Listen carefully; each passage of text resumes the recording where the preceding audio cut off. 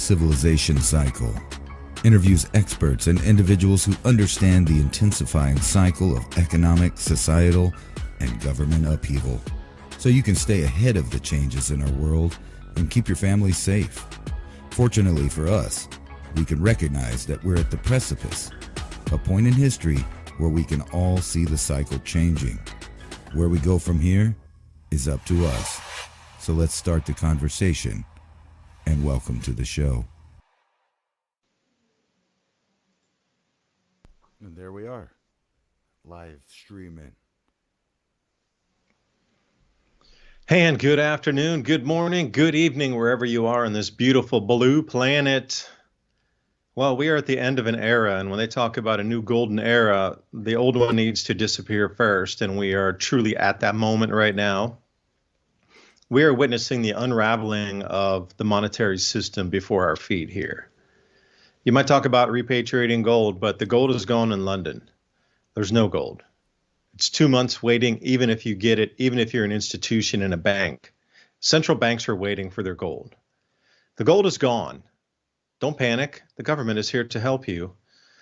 But what it is telling us is the revaluation of gold is inbound. I wanted to talk tonight about Treasury Secretary Bassnett talking about monetizing all the assets across the United States. Take a look at what those are. What's it mean? Hyperinflation is inbound is what it means. The revaluation of gold, at least from an enormous amount of people who follow the gold market, is going to be $40,000 gold, $2,000 silver. And we're going to start being hit with 50% per month inflation as this takes place. During this interim that's supposed to be quote unquote temporary, yes, your prices are going to go so high, so fast, it is going to be a shock and awe.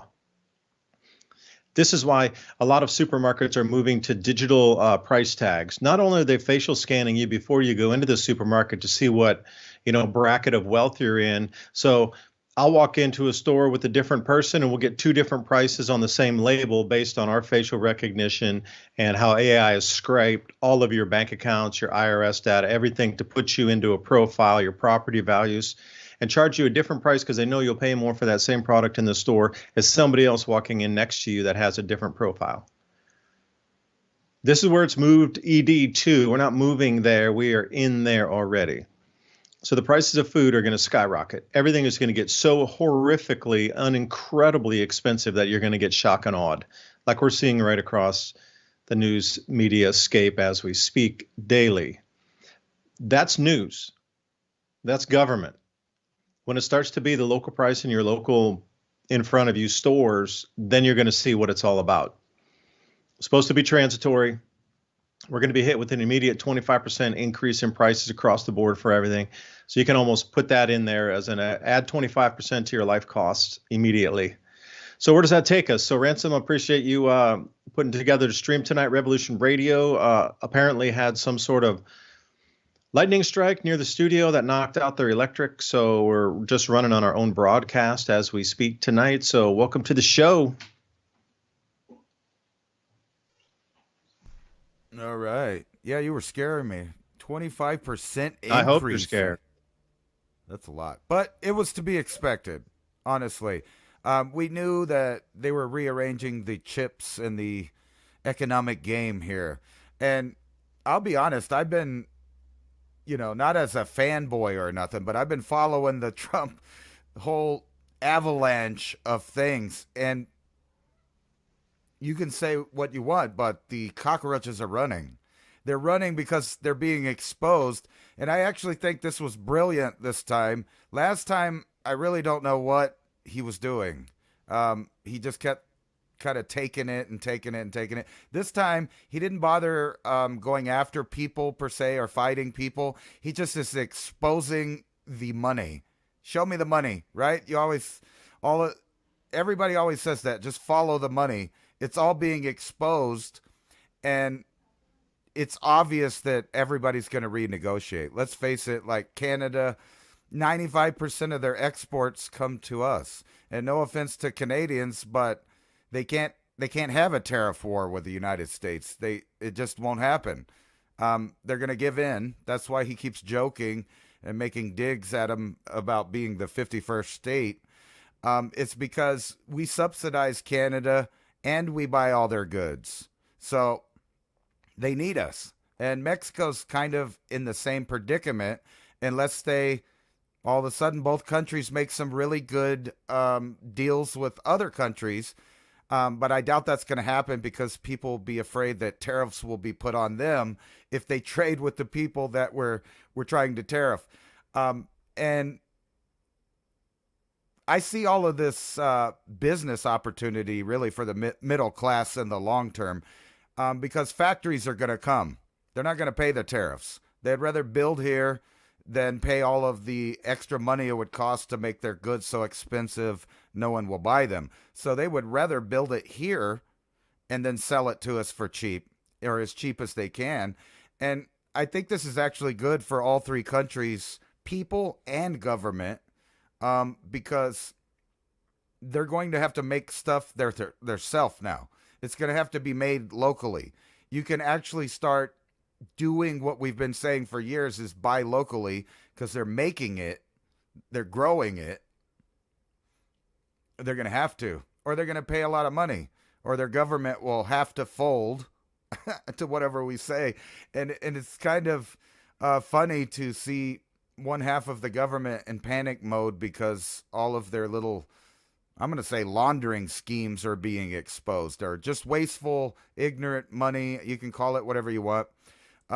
It seems to be, all being exposed, but it's really surreal to think, okay, our government, who's done all of these bad things, is now going to investigate itself and expose all the bad things. And then, oh yeah, and by the way, aliens.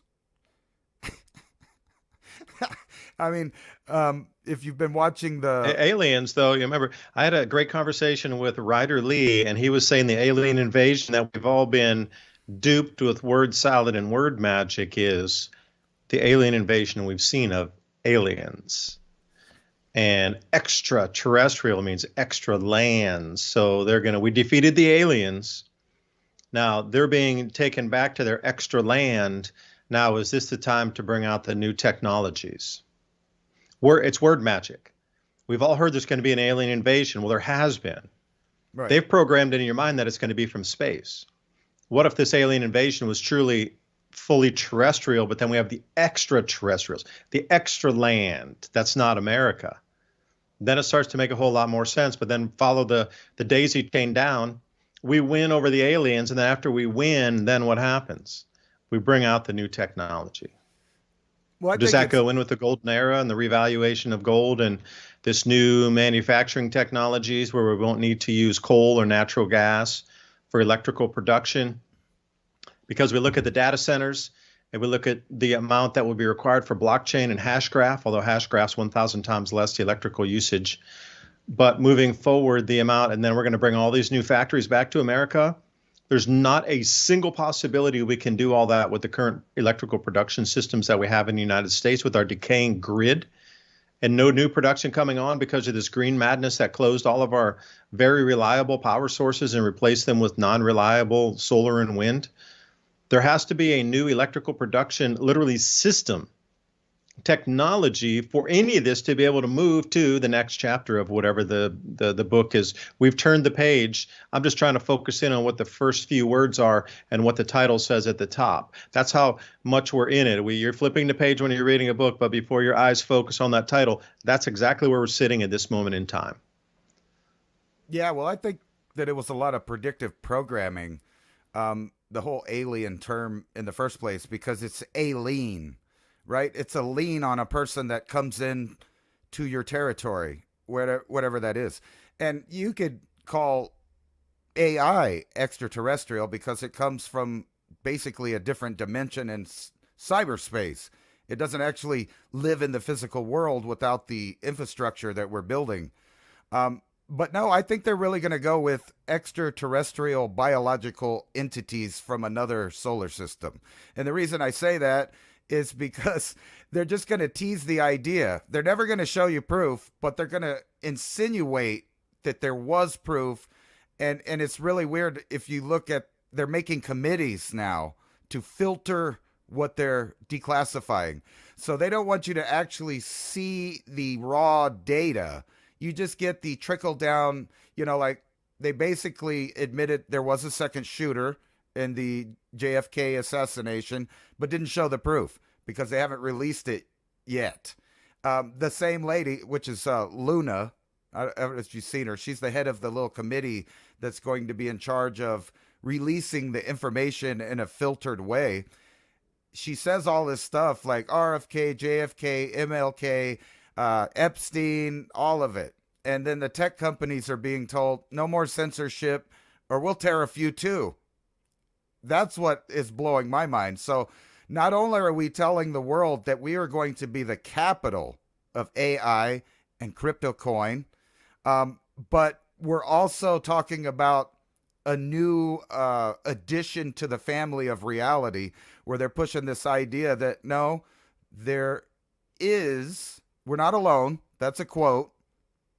We'll talk about it, right? That we're not alone. And then mentions declassifying USOs and UAPs. It's basically UFOs, and water stuff. And then, that kind of brings me to this trend that I've been seeing in news headlines because I see patterns.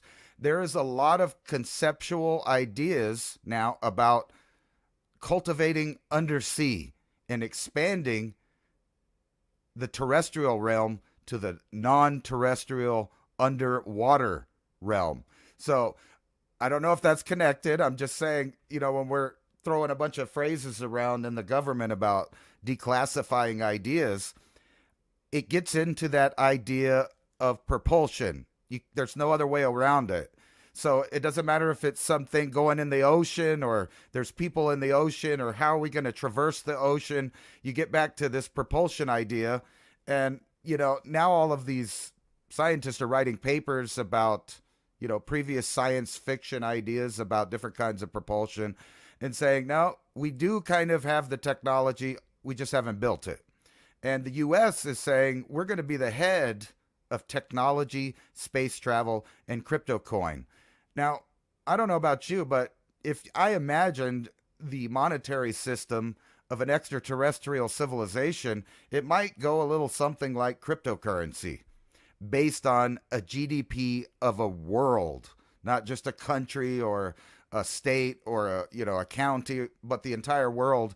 And it brings us full circle back to the New World Order. And I think that all hinges on who's hoarding and getting the gold to be the rulers of this new system, because you can cryptocurrency and print money and everything, but essentially it's all going to have to be based on something real. And a GDP, I guess, is real, but so is gold and silver. And that's another thing, just throwing it out there, that if you were an extraterrestrial civilization, then you would value all of those rare earth elements. And I'm saying that because everything we know about the universe, they are rare universe elements. They're not just rare earth elements. And actually, they happen to be concentrated here on this little, globe, if you will. Or some people think it's a plate. Whatever. It has a lot of gold, platinum, silver, all kinds of metals that seem to be rare in the universe, but they're really located here, which begs the question, why are we not, bumping up our type of civilization? And that might be where this is headed. They need some kind of reset. We've been talking about that. The question is which group of people are in charge of the reset?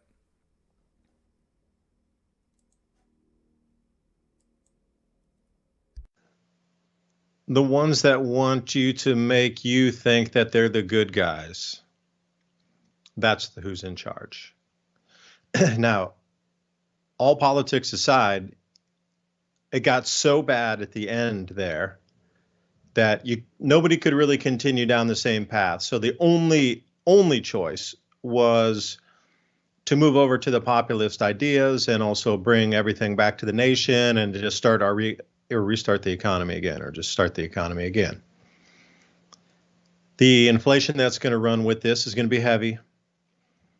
When we do look at across the entire what you consider universe, I'll agree that things are squeezed or coalesced onto the planet. So the density that, even though you think it might be dense with gold veins and everything, it's not very dense. You have to mine multiple tons of rock from 2 tons to 5 tons to get an ounce of gold out of, or even sometimes I know in the Klondike, I watch a lot of gold mining shows because I'm a fan of that. I got gold bug fever. When you see it in the creek in your pan and you get a little nug like a picker, you're like, oh, you're stuck. And that is a real thing. Gold fever is a real thing. But once you see gold for the first time in a natural environment and you're like, that truly exists, like finding Sasquatch for the first time, you're like, oh my gosh, it's real. And, once you realize these different, and hunting crystals up when I was in the Himalaya way back when they were blasting roads up there, follow the road blast crews and all these kids who come up with like big hands full of either like broken crystals where it got hit with the blast or some, bigger pieces that they chipped out. And you could buy all kind of stuff from the road crews that were going through the Himalaya because they would find all types of different crystals up there. And they would send the kids down valley to all these places where trekkers were and see if you'd want to buy these little pretty crystals that were natural that came out of the earth. And seeing that too, different types of quartzes and tourmalines and different, this kind of stuff was all over the place up there, aquamarines and that sort of stuff.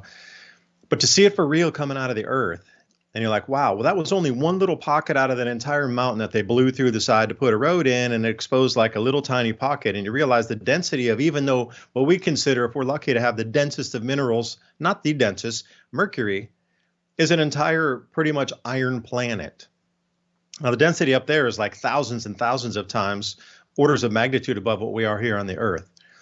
But what I'm getting at is we're going to need a different mining technique using harnessing frequency and vibration to be able to extract that versus the way we're doing it now. Because the way we're doing it now with this blasting and bringing it in giant areas and then to, crush it and then put it through different chemical processes to remove the host rock and then drop in electroplates to pull every single molecule of, the target substance, whether it be silver or gold or palladium or platinum out of there and get them on the plates or copper or whatever it is. That is so destructive and so energy consuming that it can't continue. If we're going to come up to the new world with new technologies, the old way we even did mining is absolutely needing to change, and it will. So think about some of these Tesla technologies where, they had the earthquake machine. Now, if you were to speed that up in a localized area with like magnetic plates, you could vibrate the crust to where it's not solid any longer. And then using certain frequencies, you could pull the metal literally out of that target area, whether it be 100, let's use 100 square feet, because that's a pretty easy one, or 100 cubic feet, excuse me, 100 feet by 100 feet by 100 feet deep. So 100 cubic feet. Now, if you had a magnetic resonance plate using Tesla's, earthquake machine technologies, simplified version of it, you could get that localized area to turn into a liquefaction zone. And during that time, if you were able to hit it with the right frequency and electrify that into the opposite polarity charge, you could actually have those metals just come out of the liquefied substrate that it's in, whether it be like host rock or clay or sandstone or just what you consider like hard packed sand that's not yet sandstone. These types of like river silts that have hardened up, but they're not really or they haven't turned into rocks yet, haven't really turned into anything, but it's still semi loose. Like that is a real technology, and I'm so surprised that we have not gone with it. They've known about this type of possible mining since 40 years at least, in the early 90s. So think about how mining might change too.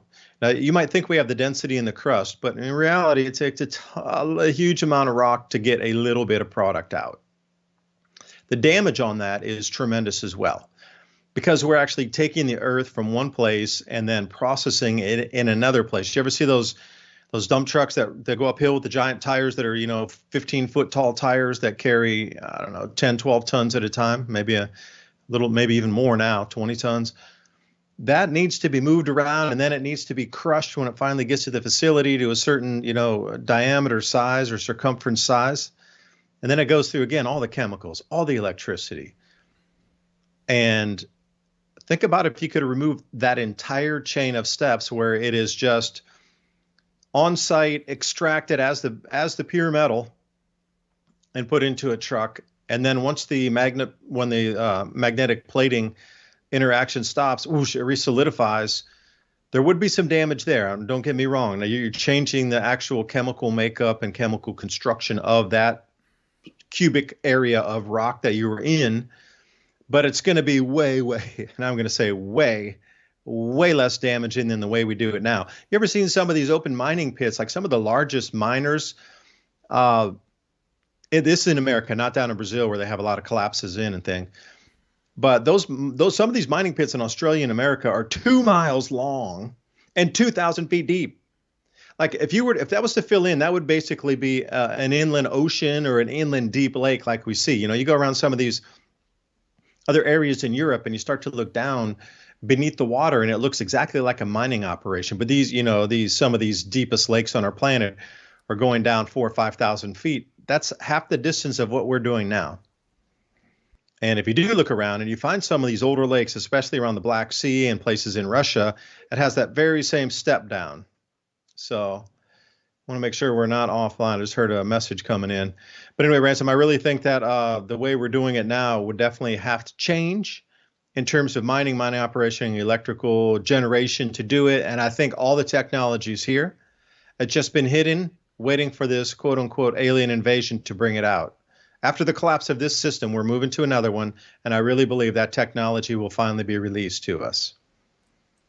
You don't think they're just going to kick the can and we'll just start up the coal-fired electric generation again for another 10 years while they do whatever they're doing? Now, that would be the only thing that would come along with that. I was going to say that actually before you went there, is that would be the answer. We don't even have to, say we're talking to aliens. They can just say, we found this, and, it'll be just like ancient times. We're moving big blocks around, floating them into place, or separating the rock with sonic waves and then separating the gold and the silver and whatever else is in it, and then just putting it back as something that's cooled back together as just big block. I'm just Hey, throwing that Ransom, out can I there. hold you there? Hey, Yeah. I Tucson just bought us 30 double espressos. Nice. Thank you so much for that. We needed some new software anyway to try to integrate from Restream over into TikTok. So that'll go right for that purpose there. So when you do give us a donation here for like buy me a coffee, it goes into some of the AI for the graphics that we try to run. We're running on Restream. We got that. We got other multiple platforms, so we can be able to get the, I wouldn't say premium package, but like a step up for Rumble, so we can load longer content into there, so you can watch our live streams at the 2 hour segment versus being limited to that 1 hour time frame. So everywhere we go, it's like, $10 here, $30 here, $40, $50, and then to buy the second add-on package for Restream to be able to get us to then stream out into TikTok. I mean, it just starts to add up and add up and add up. So thank you. These are our production costs and running costs that we have as a static every single month that come in that we need to keep paying to keep the show, to try to keep expanding it so we can share our message. So Tucson, thank you so much for that. And that's where the money is going to go, for the Restream package to get us to be able to stream up on TikTok. So thank you so much for that, because we like to, just be on table, let you know how we're spending the money. If you do give a donation into us here on how we're using it to then improve the channel. And we're getting some graphic. I'm trying to work with some graphics here on some AI graphics for PDFs coming into the show notes that we do every week versus what we have right now. So everything's in progress. Everything's in motion. We're always trying to improve. So welcome to the show. Thank you, Ransom, for letting me dive in there. Tucson, throwing out the super chat right there with 30 double espressos. That'll keep us shaking through the night. So I didn't mean to interrupt, Ransom. Go right ahead. Tell what were you saying there? No, that's cool. That's Boo Boo out in Arizona. He knows what I'm talking about. No, this whole idea of, I was kind of being wacky about the technologies, but they could slowly milk stuff to us and use this whole concept that they either found it or acquired it or whatever, which could still be a fictional story. It still could be just that we've had the technology and they wanted to milk it for years and milk the economies to one step at a time. I mean, it's like the Walkman, right? When we first got the Walkman from Japan, the Sony there especially, it had a play button and a pause button, right? And then later they gave us fast forward. And then, a couple of years later, and we get a rewind on there right before it finally switched over to the compact disc. And now in the future, we're talking, if you really think about that, I come across shows all the time that are not that old, and they're showing their devices in the background, whether it's fictional or a real thing. And I'm thinking, wow, this big old thing that barely held, like 100 megabytes. And now there's a teeny tiny SD card, and the devices haven't even caught up with the memory storage. So the stuff that you buy at the store, you still have to buy an adapter because the device is somewhere in a warehouse that they've invented for years. They're just now selling at the market the little upgrade, the metered upgrade of technology for you. But it's funny because you have a SD card that's the size of your fingernail now that can hold a couple of terabytes. I mean, so if you see that advancement in one technology, you can only wonder why in other fields of technology there's just a slow roll. I mean, think about the fact that Elon Musk is still kind of pushing this idea of liquid rocket fuel in a device that's completely controlled by AI and algorithms to make it be able to reland and catch. And it is amazing.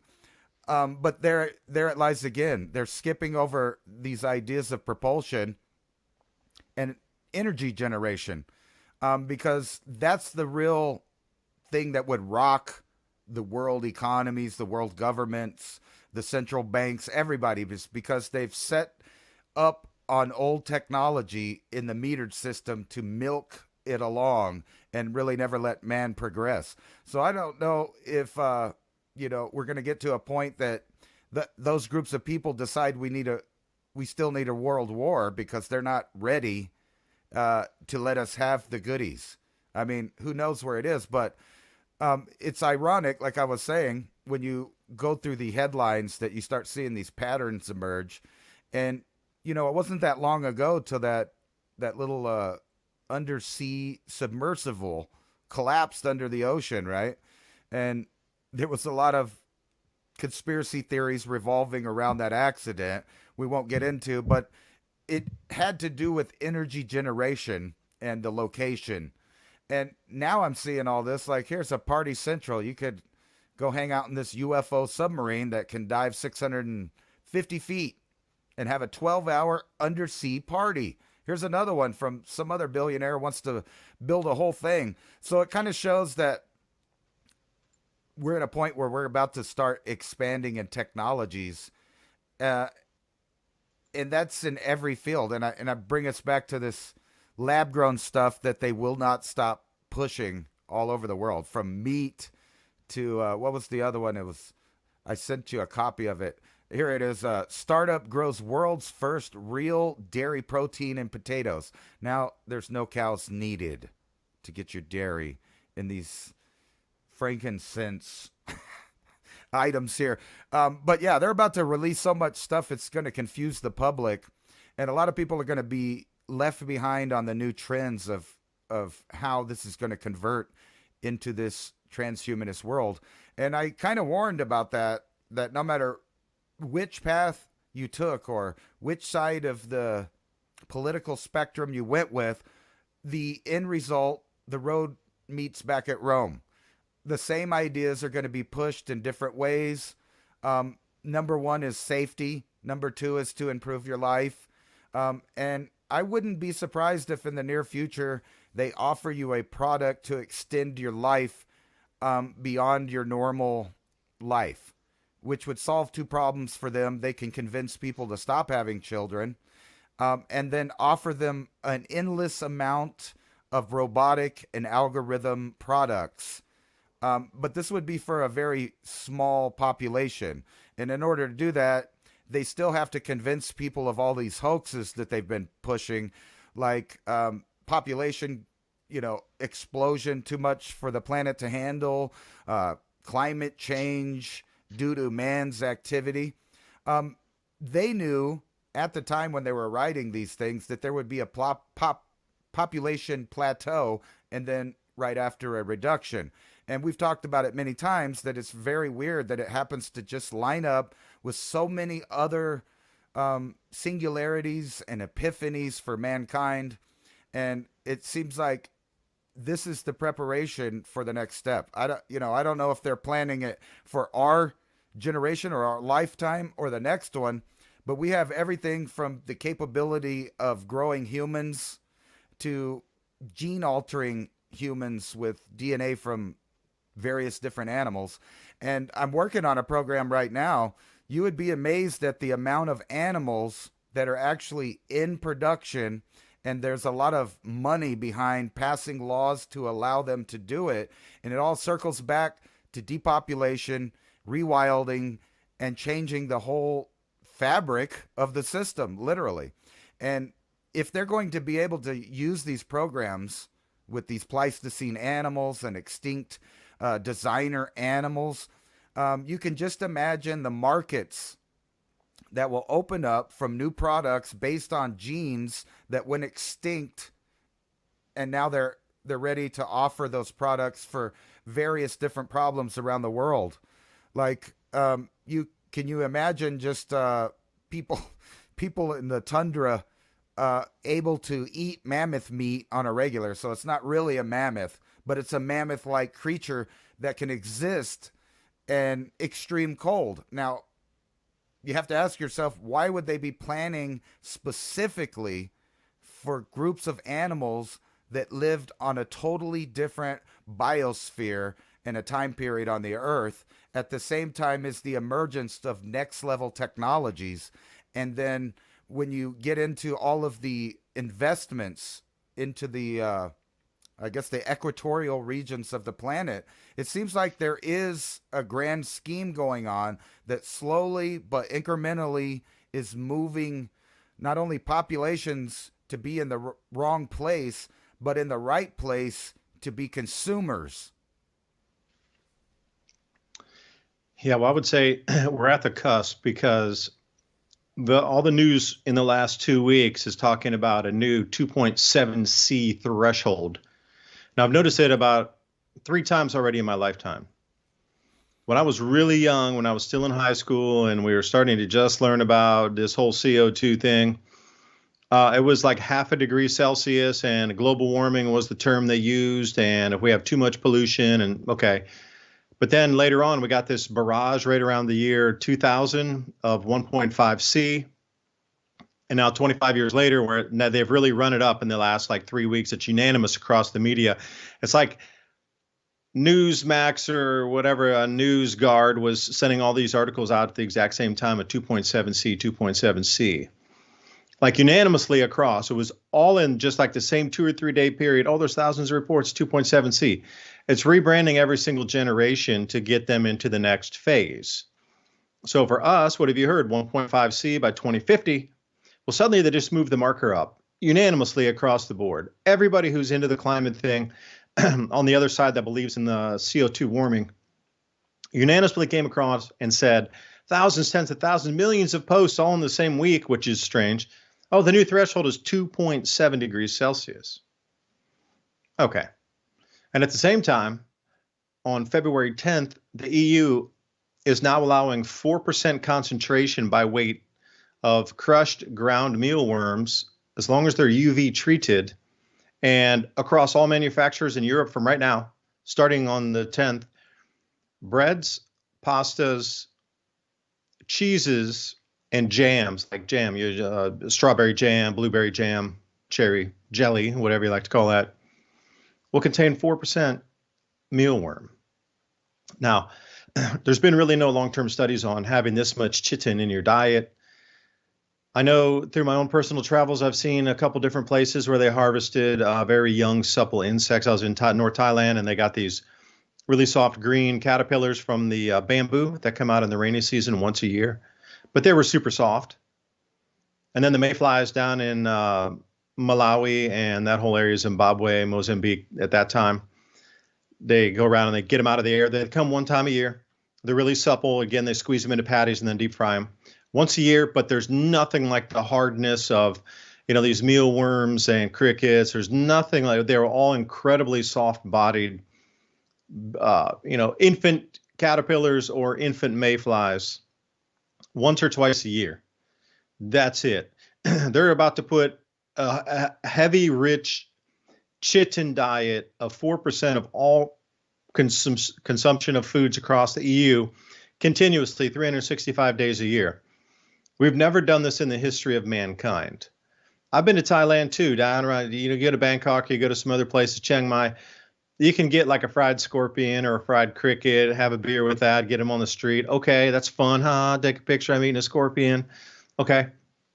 That's like once in a lifetime or once a year that you might eat some, so your body can get rid of that. But to have it continuously day after day after day, a lot of people eat bread.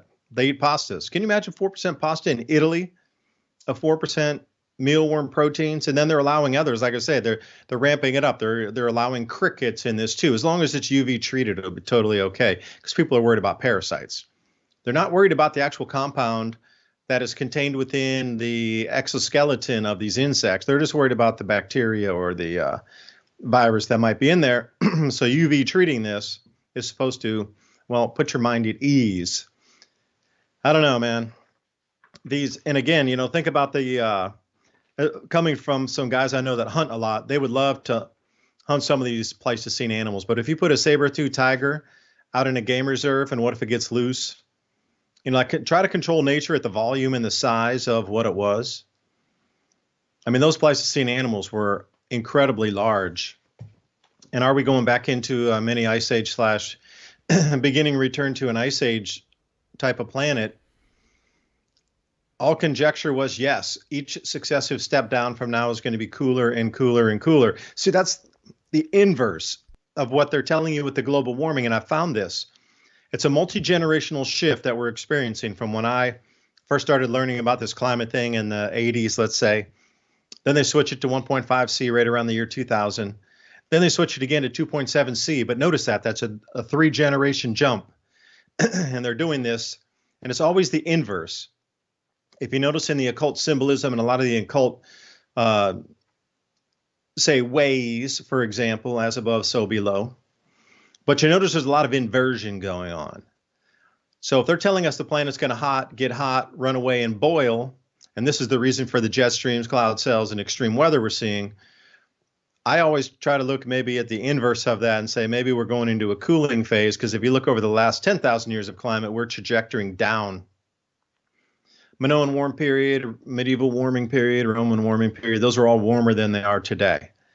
But as soon as you bring that up about the Greenland Ice Core Survey Project, number 2, the gold standard, at least it was at the time until it disproves what they're talking about global warming. Now that chart's never used any longer, but before it was used.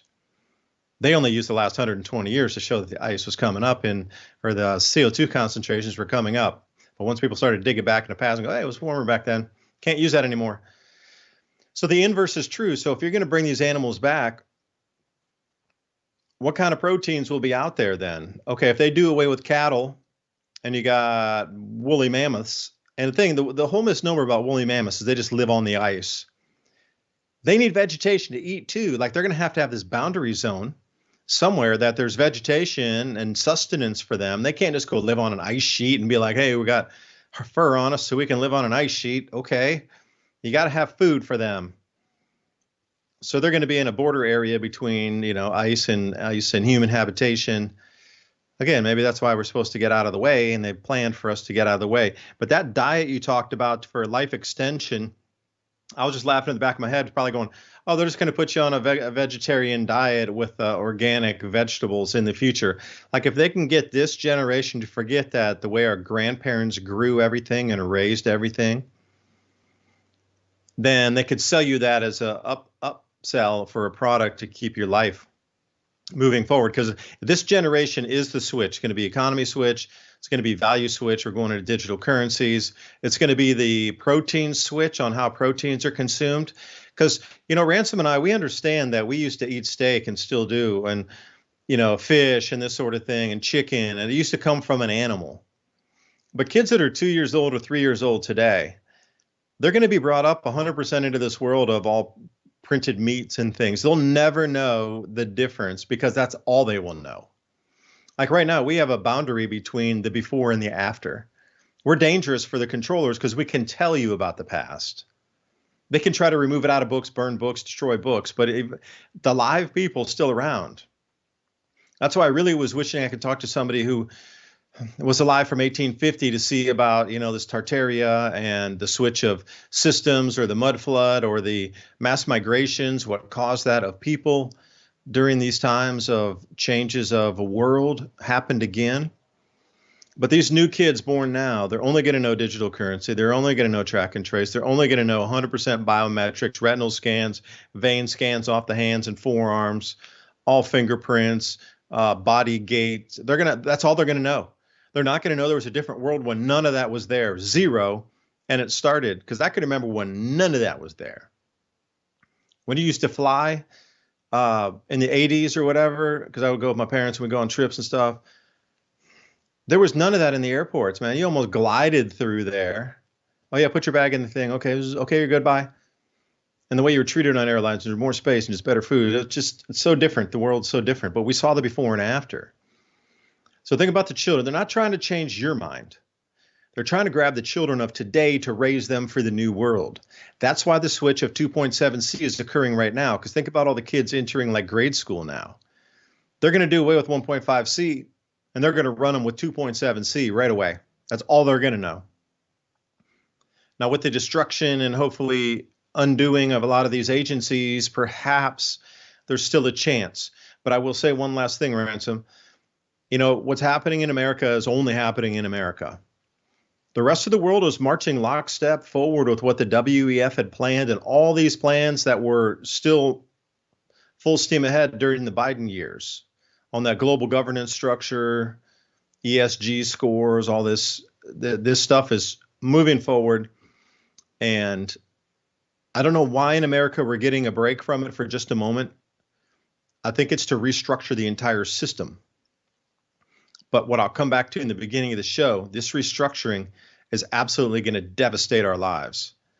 It is going to get so expensive so fast that you will finally understand what Weimar Germany was about. I'm not even afraid to say we're going there.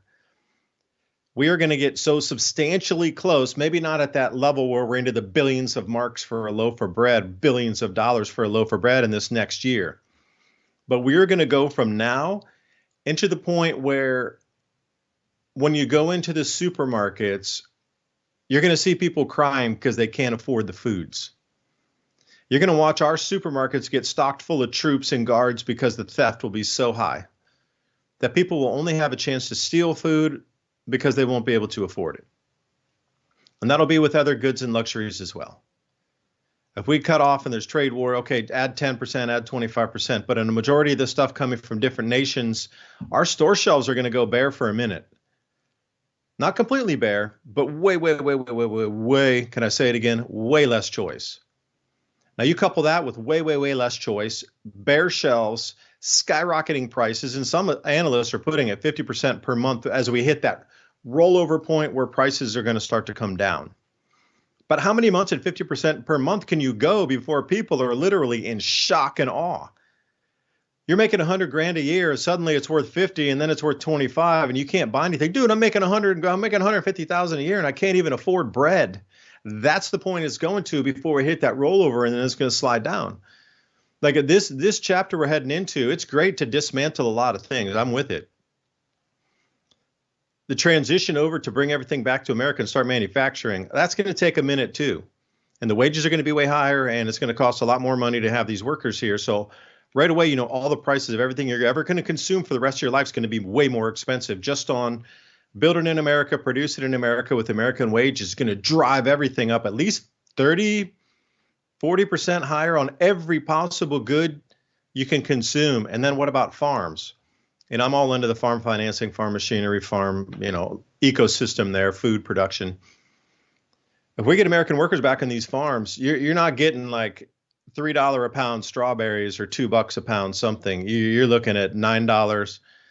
Everything you know in the food arena is going to double in price too, just based on wages. They're going to pass all those costs to you.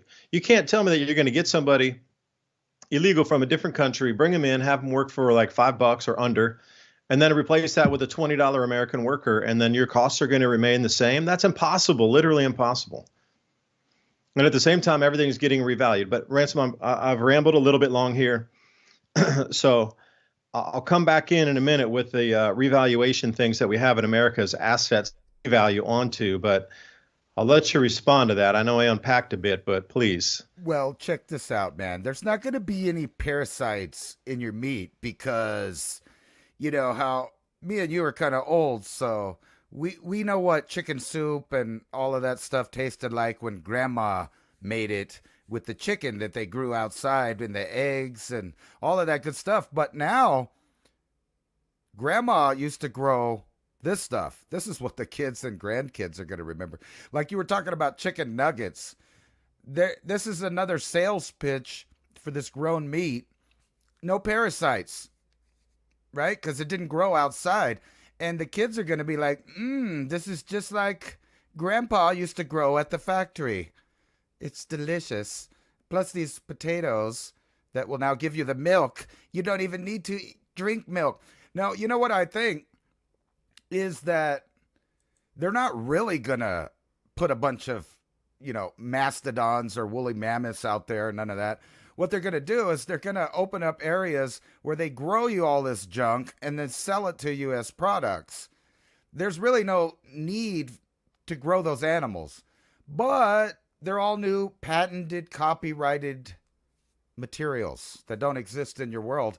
And if you want to, maybe think about this, there may be a time where things get cheap because the American worker is assisted by AI and robotics and no longer has to respond or rely on another workforce, making it easier and cheaper for them to produce stuff. Or the obvious thing, if eggs cost too much, buy a chicken, and then all of a sudden eggs are cheaper, right? And if, as promised, we keep having regulations getting pulled back, then maybe we'll be allowed to do that here. But you're right. That doesn't help the rest of the world. And Well, Ransom, that would be like a 60% reduction in the workforce to bring on AI. Like, go down that route. Like, you're not going to hop on AI and get all the efficiencies and have all these redundancies of what they call empty containers laying around. I think who was the person that came out and wrote the book? Damn, he escapes me for a second. But he was working in finance, and that's the term they used for redundancies is empty containers. So can I yeah, remember? But anyway, you're going to have to reduce the workforce tremendously. I mean, well, that tremendously for AI to really be efficient. You can't. AI is going to, make 5 people redundant. You're going to have 6 people working and using AI at the same time. That's not doable either. no, that'll just be for those expensive new products that you can only buy from one company. No, well, think about this. If you really want to get into that, we have a lot of people that don't work in America. There's a workforce, but then there's people that don't work, and there's a lot of them, and a lot of them are just walking the streets, and they have a bad knee or whatever, and they're getting the state to help them out with food stamps and stuff. There's a lot of people on that. Now, if we're really gonna roll back, some of the wasteful programs, obviously that's going to be one of the targets eventually is the food help. And then how much is the food going to, be expensive to somebody if they're not subsidized by the government by getting free food every month? And there's a lot of Oh, wait, people Ransom, hold on. that Let me use stop you that. there. To revamp that, yes, I agree. You could, but you can't. If you're going to get that money, you can't buy potato chips anymore or Right. Coca-Cola and Pepsi. You're going to be able to buy whole bulk foods on that money provided by the government, and you're going to prepare those at home and cook those. With that healthier diet, your body's probably going to improve too. So revamping that system, yeah, yank it away for the freeloaders, but then change it so you can't go in and buy junk foods with it either. You mean like it No ice used to cream be? on your card. You pay cash for that out of your own pocket. I actually remember as a kid eating the big block of USDA cheddar cheese and butter. and they gave us a big honey bear and a bunch of black and white boxes of crackers to fill the void. And you'd get like a voucher for a sack of potatoes from the farmer's market. The whole thing was totally different in the past. And now it's a digital soup kitchen that can be turned off. And not only that, businesses could decide that times are too rough. And if the government isn't going to help them out and subsidize them, then they're not going to accept the digital soup kitchen at their market and just sell things for only money. I mean, a lot of stores used to be like that. Like you couldn't just go to the convenience store, like you said, and bring your food stamps and buy a bunch of chips and soda pop and candy, and then the whole family lives off of that kind of stuff for a month. Instead, none of those places will take that. And that's what I said. It's going to be a ripping the band-aid off event, and it might actually be a good thing, not only for our trade partners but for us, to make us rely on ourselves. And that's kind of what I was talking about before. If you have neighbors that are growing food, you're going to do something with them. You're going to barter with them. Do them a favor. I'll mow your lawn. I'll trim up front, whatever. And you give me 3 or 4 big bags of potatoes and a couple onions. And look, now my house is full of food. And I don't have to worry about that aspect of it.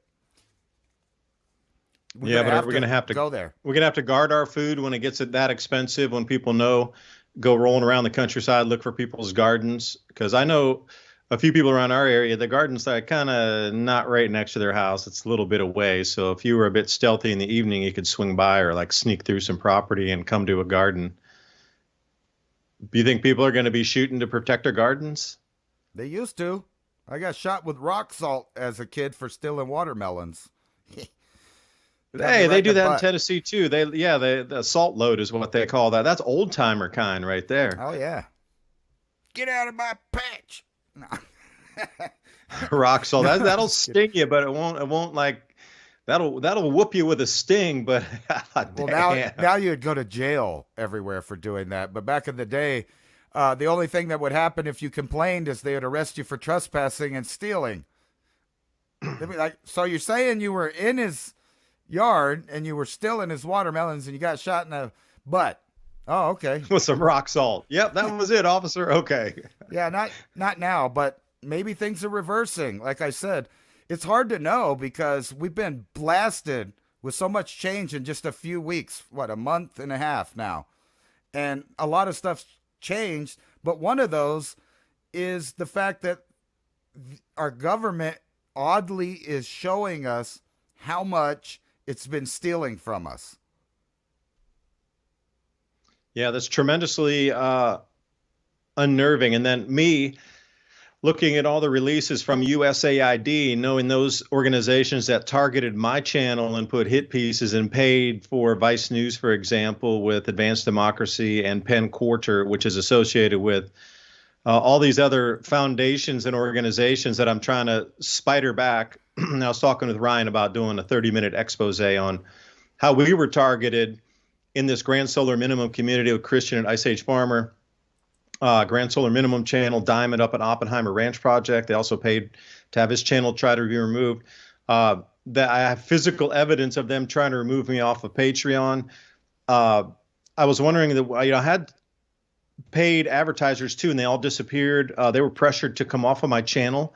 So I'm super thankful for others that filled in at that time that just said, I don't care what your message is. David's got solid info. We're still going to run with his channels.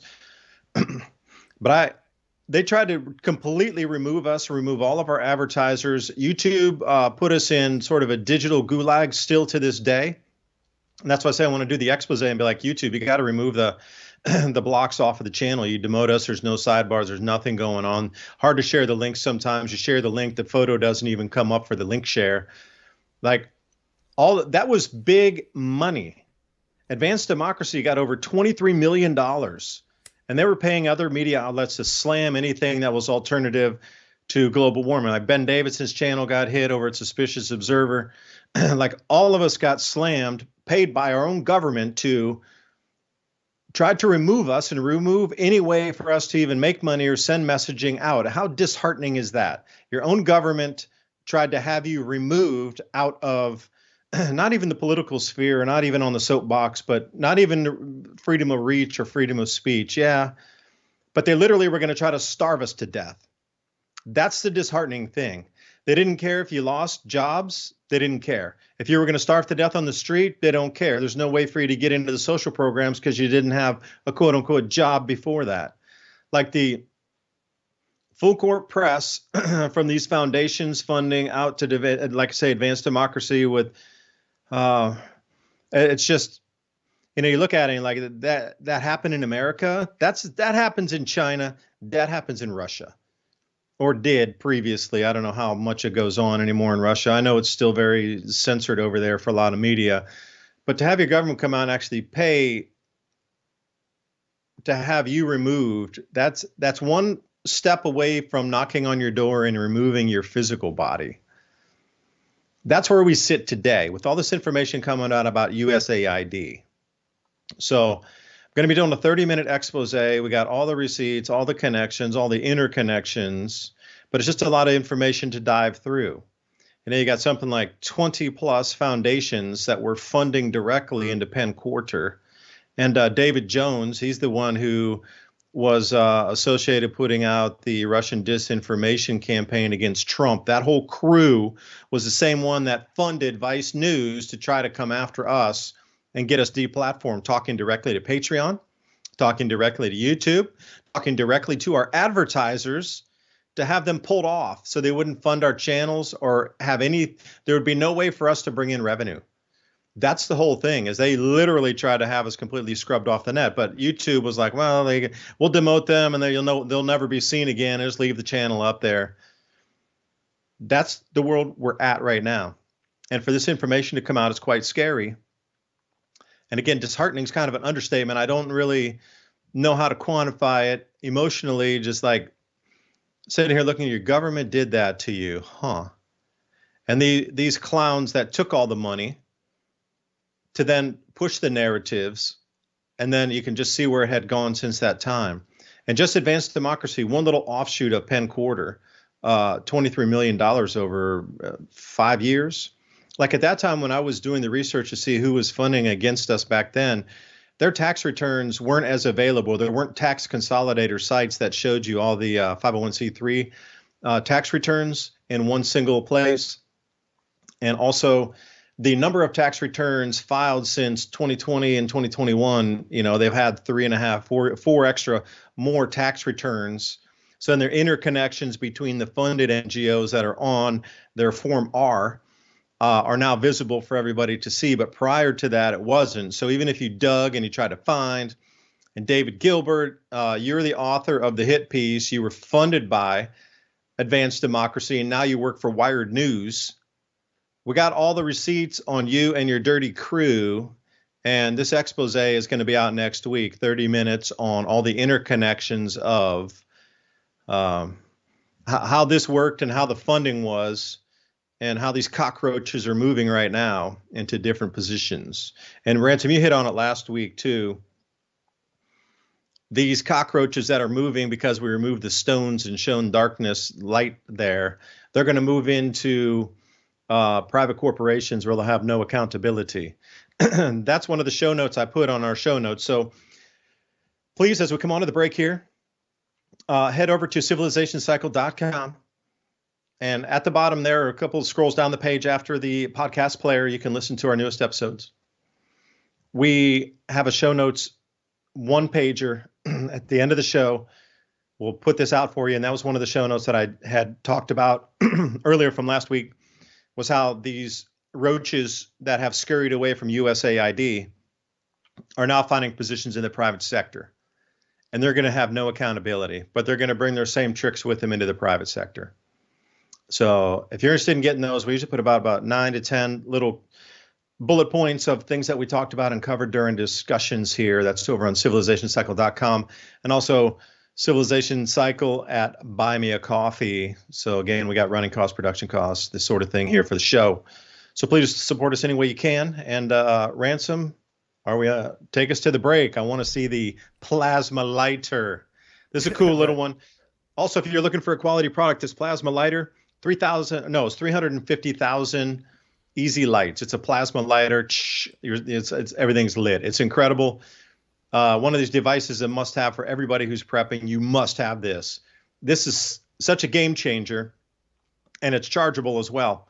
So you never run out of, as long as you can recharge it, you get 100 lights. So a campfire, candles, gas stoves, propane cookers, whatever it is, at least 100 for something simple like this. Campfires are a little bit longer, but each time you charge it, you can get 100 lights. But the total use of the lifetime of this Instafire is 350,000 times you can light something up. Check it out. I think you'll be pleased. Sweet. We'll be back in a minute. There are few things you can count on in a major disaster. Having your water supply cut off is one of them. With the Alexa Pure Emergency Water Bank, you'll have months of drinking water in your home. Everyone else will stand in line waiting to get just a few bottles. It's one of the easiest, most affordable ways to store emergency water, and it takes up hardly any space. The Alexa Pure Emergency Water Bank includes one BPA-free liner, comes with a siphon pump for extracting water, provides easy-to-follow instructions, fits just about any bathtub, large or small, fills quickly in 30 minutes or less, holds up to 65 gallons of water, and keeps water fresh for up to 16 weeks, holds about 2 months of water for one person. A person can generally survive without water for about 3 days. However, the exact amount of time depends on many factors, including age, activity level, and overall health. Don't gamble with your life and well-being. Being prepared is easier than ever with Civilization Cycle and Alexa Pure.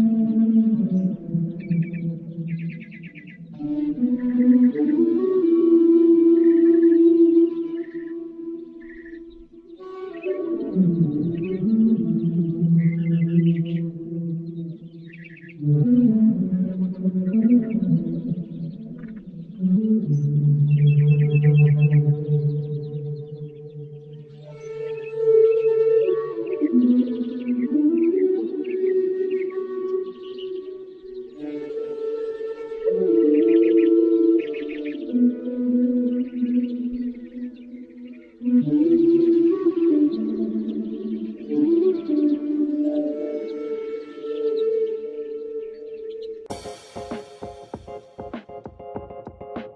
get left out in the cold. There is never a reason to ever let you or your family suffer. Instafire and Civilization Cycle are on a mission to make fire starting and off-grid living easy for everyone. You shouldn't have to be a mountain man to strike a flame and make a fire anytime, anywhere.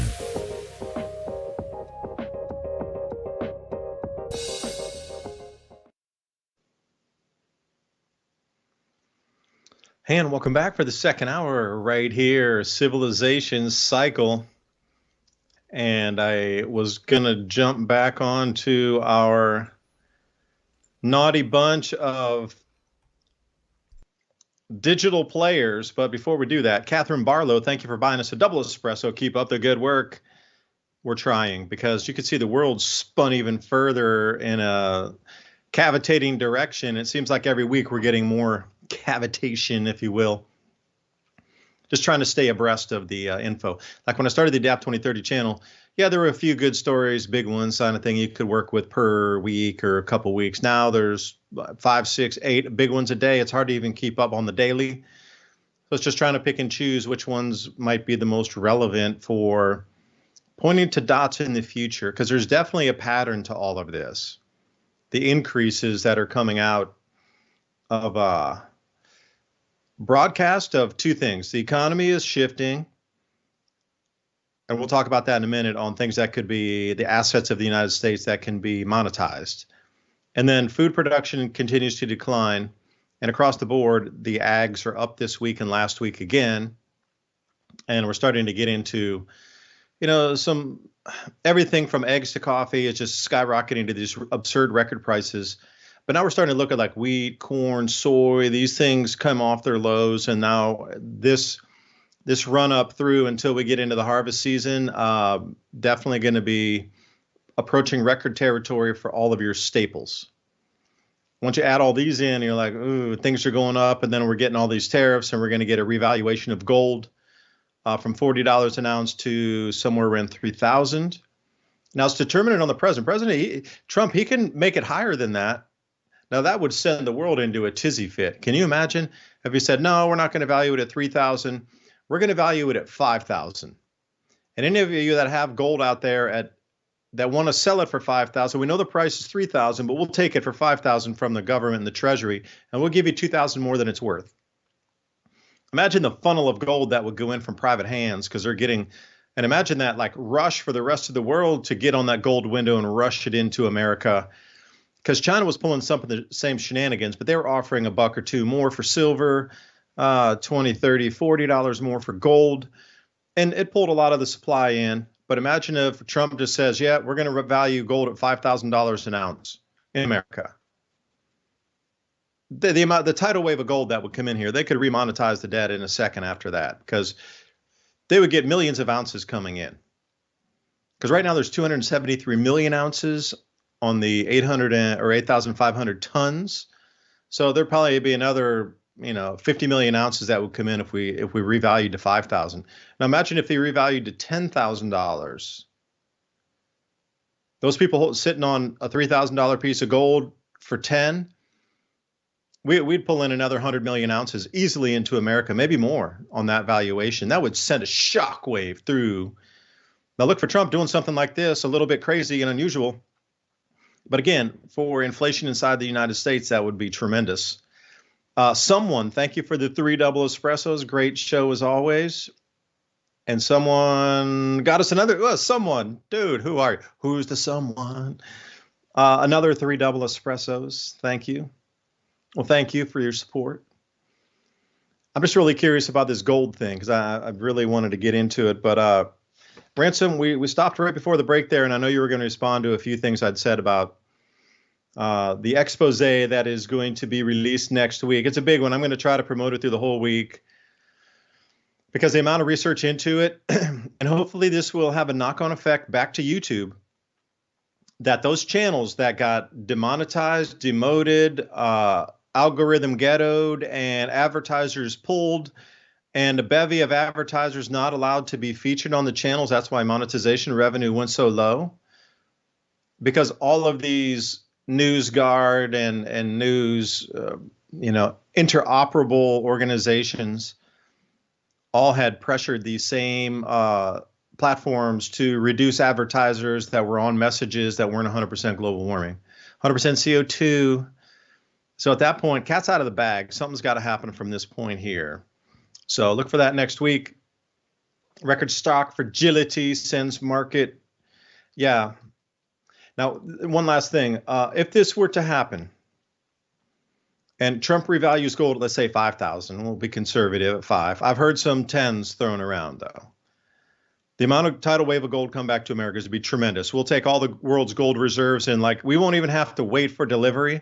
It will come to us. So that's the whole thing about this whole gold scare that's happening around the world. London's out of gold, like literally out of gold. So people are freaking out. I got paper. I want my gold. As of today, there's 128 paper contracts for 1 ounce of gold available, physical. So people are piling in on the gold and trying to get it here and move it there and do this and that. By simply revaluing to $5,000 in America, the gold will come to us. And then if it valued at 7 or 10, a super bullet train of gold would come rolling over to us. Almost all gold in the world would leave and come to us. Now, think about that for a Trump move, for a Trump card, no pun intended.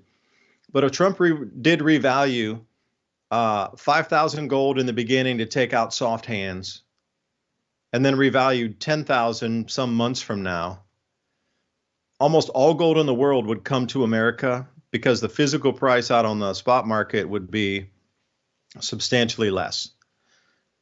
And imagine the amount of gold reserves then to restart the currency or to remonetize the debt. That would bring America back into what we were like in the 1930s. The powerhouse of finance on the planet. And Ransom, you said that in the beginning.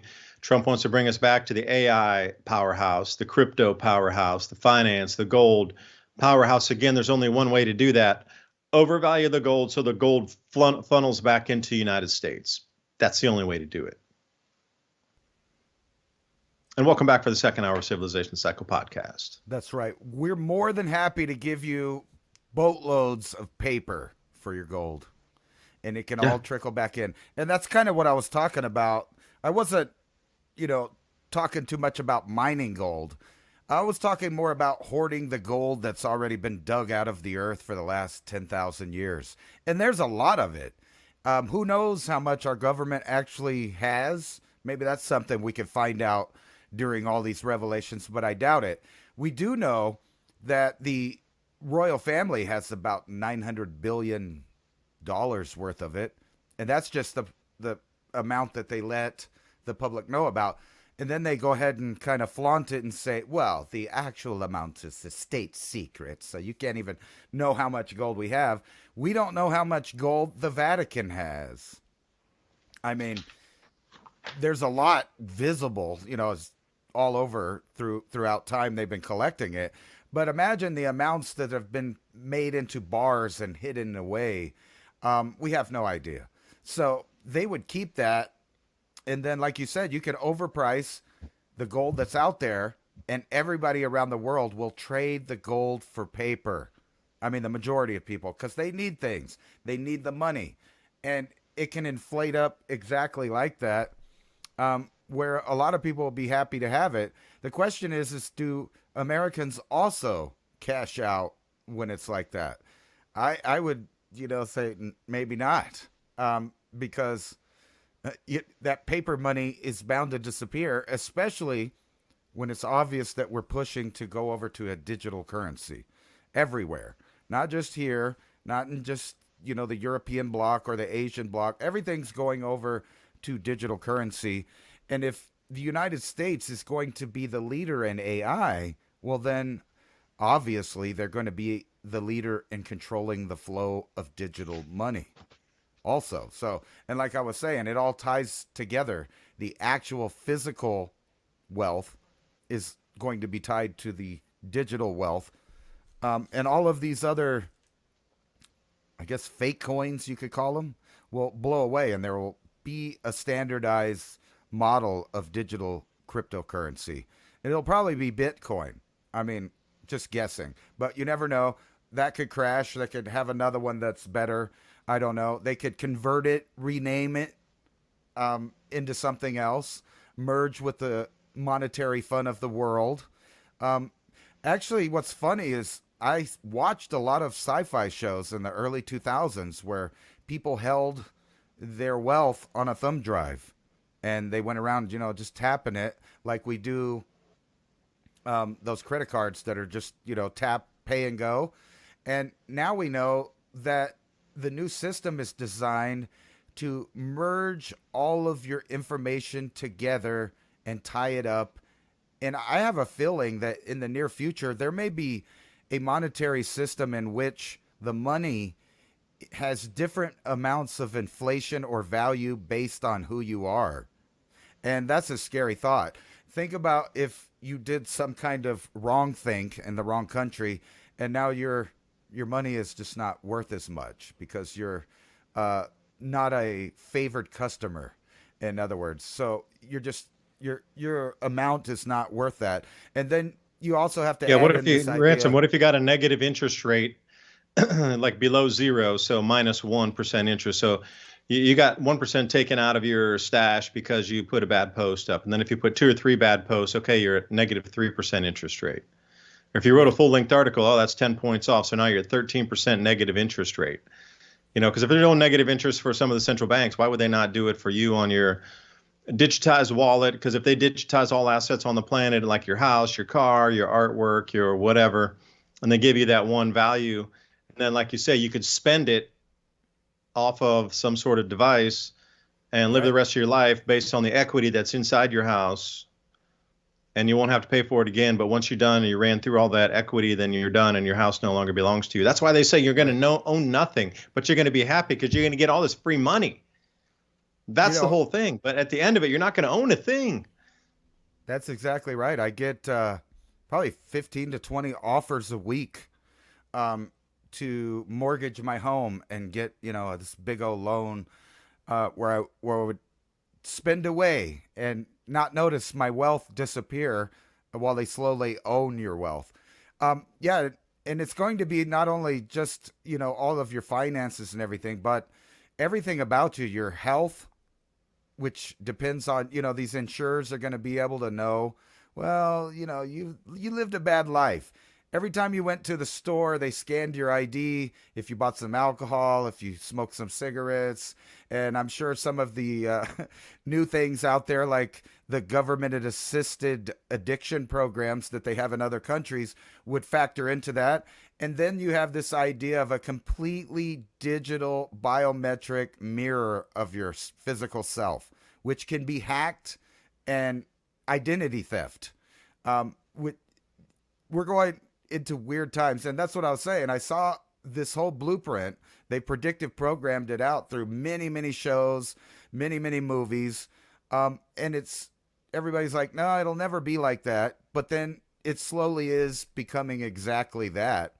And I think what's funny is the U.S. is going to be the launch pad for this. People around the world are going to get to see us with our fancy cryptocurrency, being able to own houses again. And I think that's part of the sell right now is that we're going to be talked into suffering in the short term. And then they're going to bring back the 80s kind of image of the American dream with lots of new products, lots of new supposed freedoms, and then the imagery and the brainwashing that comes behind that is look, if you live your lifestyle like this, because you remember the 80s were a good time. Malls were new. There was all the new flavors of cereals, chips, sodas, everything you could think of. Brand new stuff like video games and pay-per-view, digital metered media. And then somehow everybody went to sleep while these groups were in the background paying those people to slowly sway your attitude and opinions over to this weird Marxist idea of self-destruction. And they almost pulled it off, in my opinion. We were almost all the way there. Imagine if we had Kamala for 4 more years. Everybody kept stealing all the money through the U.S. aid programs around the world. A little money for Hamas, a little money for ISIS. And you remember when people would think we were crazy because we would say stuff like, well, you do know that ISIS is funded, trained, and armed by the United States and its allies. No, that's crazy stuff. We're blowing up. That's our enemy. Oops, we gave them another airdrop of missiles. Oops, we funneled money accidentally through this account and that we mistakenly gave them like $500 million to buy some stuff. We even dropped out pallets of cash to supposed enemies like Iran. We're saying, oh, we're worried about them having a nuclear program. Here's $500 billion worth of U.S. currency that not only is for you to spend, but we've taken it out of the circulation of the U.S., devaluing everybody else's money because it's not here in circulation. Yay. Yeah, because I would say, Ransom, the 1950s was another era, just like you discussed there. Because after World War II, what did we get? We got the 1950s. Although it was an inflationary period, don't get me wrong. After World War II, we had a serious inflationary problem in America from like 1952 to maybe 55. Serious inflation, like rock your socks kind of inflation. But what came out? Air conditioning. That was so like mind blowing that you could have an air conditioner in your house. TV came out, then there was color TV. Dinners. Yeah. Think about all the new tech, though you just described that, but instead of the 80s, it was more like personal things for consumption, like 52 flavors of ice cream or 20 colors of Nike shoes or, something along that line. But in the 50s, it was something for the whole household, for the whole family. Very different because they only knew radio up to that point. Right. And then finally, there'd be one television. Now, my grandpa told me stories, and my dad too, about, somebody in the neighborhood, or they would get a TV and people come over and watch TV because not everybody had a TV in the neighborhood. And then the whole thing, like in the bigger cities, those old houses where you look down and they have like columns coming down with decks, usually built in like 1920s and 30s. It was all like that. And they remember all the kids playing outside and being outside every night, and they would wait till it cooled down, leave the windows open and cool out the house and stuff, the stories. And then after air conditioner, nobody was out on their porches in the evenings anymore. Like the drastic change of society that happened to also, and like the refrigerators and with all these, like special features in them, there was no more quote unquote just ice boxes. I moved into full refrigerators, what we understand is like double doored refrigerators, part freezer, part fridge. Like before it was just an ice box. And literally the ice kept your food cold. Like these gigantic leaps and bounds occurred in the 1950s. We're just too old to remember it after World War II. So they brought all these things, Velcro, they brought all these things and said, look what the war developed. We developed all these technologies, all these new products, all these new innovations during World War II, and we're going to share it with the American public. And we got all that bevy of stuff. Now it's going to be 2.0. Well, actually 3.0, because we had the 80s, that individual consumption model. Now, see, I'm wondering where it moves to, because the 1950s was all about the family consumption model and the neighborhood consumption model. And now we're moved over in the 1980s to individuals within the family consumption model. Now, where does it go next is my question.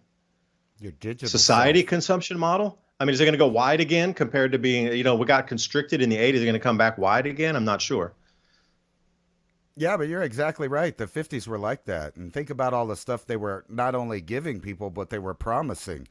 Like, I don't know, flying artificial cars, intelligence, flying cars, all robots. that stuff. Going into space. Don't forget that they tried to sell the American people that we were about to expand out into the solar system. And then all of a sudden what happened? Depression, war, prices, then we get into the Vietnam era, and then they add all these additional social engineering programs. And then that was used through the recent invention of, like you said, television. Now it's beamed directly into your home, so you get to see what's going on. They were, it's so weird that they censor now, but fictional stories can be as, horrible and gross and foul and abhorrent as they possibly can, but you can't say or show anything that's real because it might hurt somebody's feelings. But like in the 70s, they were showing you burned kids from Vietnam. They were showing you people getting shot at Kent State. They were showing you like people marching, wanting to change.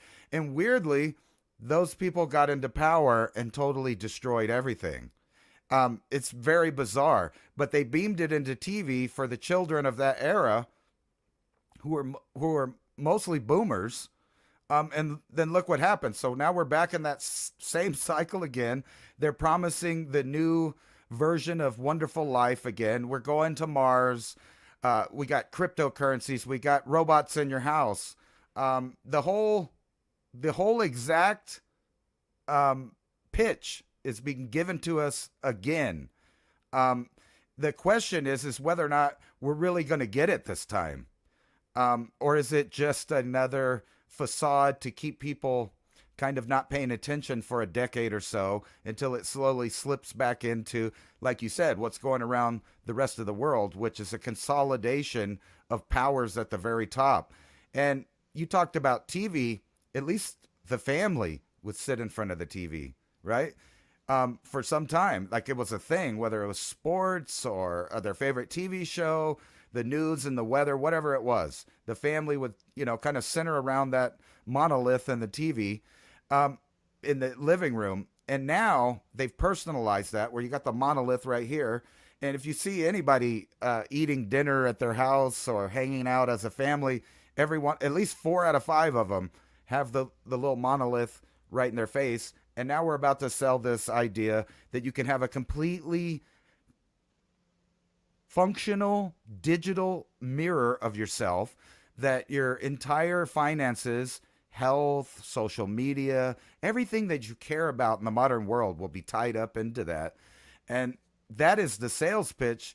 But think about this, I kind of point this out over and over again. It goes to that same road of transhumanism.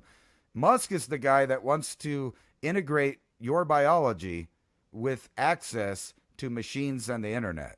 And he says it for very good, very, reasonable reasons. Like, if you have a GIMP arm and it's broke and you can't use it right, he can offer, help for that. Or if you're paralyzed, you can use the internet and talk to people and do all of these things. But the problem is that is the input in which the new propaganda will be delivered directly to your cortex. Not off of social media, not off the radio, not off the TV, but directly downloaded.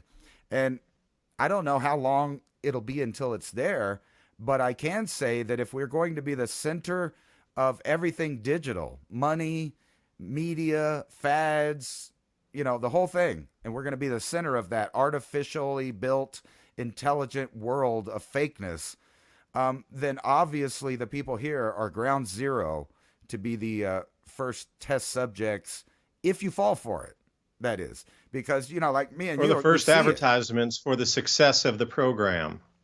Right. And that'll be the pitch. You'll see this guy, he's making money on these cryptos. He's got his robot in his house. He's driving his electric car. He lives the new American dream of the self. And we're going to have to bring that whole idea of nuclear family back into it and move away from that selfish model. But it seems the system, no matter which road you take, is going for that. Individual IDs, biometric, and everything about you. The question is like another good question is, will they tie that to people you're associated with? So let's say they Yes. get this system built and you're using it for very positive reasons. You're living that good life. You can buy anything anywhere. The biometrics are cool. It's helping you live a good life. But then all of a sudden you get a new group of people in there and now they don't like what you said 5 years ago. We already saw it happen. So it could happen again. But this time, now it's not just your digital idea, but your entire digital family and network of friends has now been degraded as well for knowing you or associating with you. Or watching David and Ransom Civilization Cycle podcast live show, you are just taking down 1 or 2 points every time you view our program. It's that mind opening. Is that the world we're going to head to? But Ransom, I would say one thing. Okay, that digital everything that's encapsulated in there, you might have that whole, gold and silver coinage will not be included in that. Physical gold and silver will not be in that realm. It still is the only freedom left for us. That's why I think the gold one is going to be controlled so tightly. And if you look at, as you were looking and talking about gold, and there's two digital golds. I know Pax Gold. So Pax Gold actually has a reserve of gold that's audited on the blockchain. They have auditors going in there every week, and you can see how much gold is actually under reserves. And then they put their coins based on that. So it's convertible back to gold, and it was based on the gold price because of the gold holdings that Pax has. And then here's another one, Gold DAO, like MakerDAO, same ecosystem. And this is called GLDT. So they're doing the price of gold again with a stable coin against 1-to-1 versus how. So you don't need to buy a whole 1 ounce or a 1/4 ounce or 10th ounce or 100th ounce, which I did. I got a couple of these little 100th ounce pieces way long ago, but I can't believe I still have those. They're worth more now than, it's like that thing's worth a 1/4 ounce of gold now, the price I paid for like how many years ago. But this is really where it is, where the rubber meets the road, what Ransom was just talking about. This digitization of gold on a $1 basis of how much gold you hold on the digital end of things allows you to be a gold holder and a gold owner, not physical, but digital, inside a $1 medium of exchange, which is not possible in our current gold world. Your current gold world goes that very smallest 100th of an ounce. That's it. That's as small as you can go. But still, at today's value, that's $30. I can't really fractionalize that and get it down into a $1 denomination that always stay parity for $1. So if I was going to go into, you like my jacket? Well, it costs me how much? Okay, let's say $50. I'll go in there and it will take $50 $1 equivalents out of my Gold DAO account. This is where we're going with stablecoin. That's why all of the new legislation, have you noticed the legislation out there with new Treasury Secretary, with new CFTC head, and all these different people that are involved in mainly crypto space that Trump's put in a lot of very pro crypto people. Awesome.